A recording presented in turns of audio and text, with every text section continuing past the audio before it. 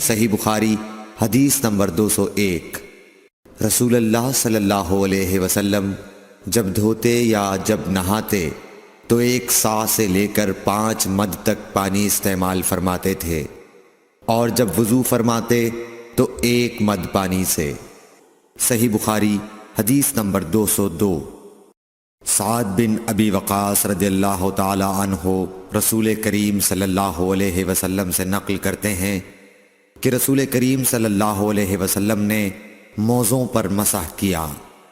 عبداللہ بن عمر نے اپنے والد ماجد عمر رضی اللہ تعالی عنہ سے اس کے بارے میں پوچھا تو انہوں نے کہا سچ ہے، اور یاد رکھو جب تم سے سعد رسول اللہ صلی اللہ علیہ وسلم کی کوئی حدیث بیان فرمائے تو اس کے متعلق ان کے سوا کسی دوسرے آدمی سے مت پوچھو۔ صحیح بخاری حدیث نمبر 203۔ ایک دفعہ آپ صلی اللہ علیہ وسلم رفع حاجت کے لیے باہر گئے تو مغیرہ پانی کا ایک برتن لے کر آپ کے پیچھے گئے۔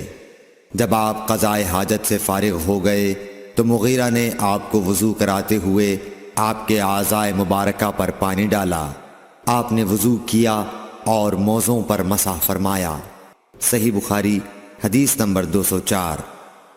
جعفر بن عمرو بن امیہ زمری کو ان کے باپ نے خبر دی کہ انہوں نے رسول کریم صلی اللہ علیہ وسلم کو موزوں پر مسح کرتے ہوئے دیکھا۔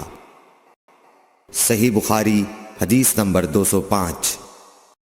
جعفر بن عمرو اپنے باپ سے روایت کرتے ہیں کہ میں نے رسول اللہ صلی اللہ علیہ وسلم کو اپنے عمامے اور موزوں پر مسح کرتے دیکھا۔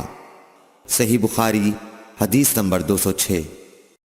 مغیرہ فرماتے ہیں کہ میں ایک سفر میں رسول کریم صلی اللہ علیہ وسلم کے ساتھ تھا تو میں نے چاہا کہ وضو کرتے وقت آپ کے موزے اتار ڈالوں۔ آپ نے فرمایا کہ انہیں رہنے دو، چونکہ جب میں نے انہیں پہنا تھا تو میرے پاؤں پاک تھے، یعنی میں وضو سے تھا، پس آپ نے ان پر مسح کیا۔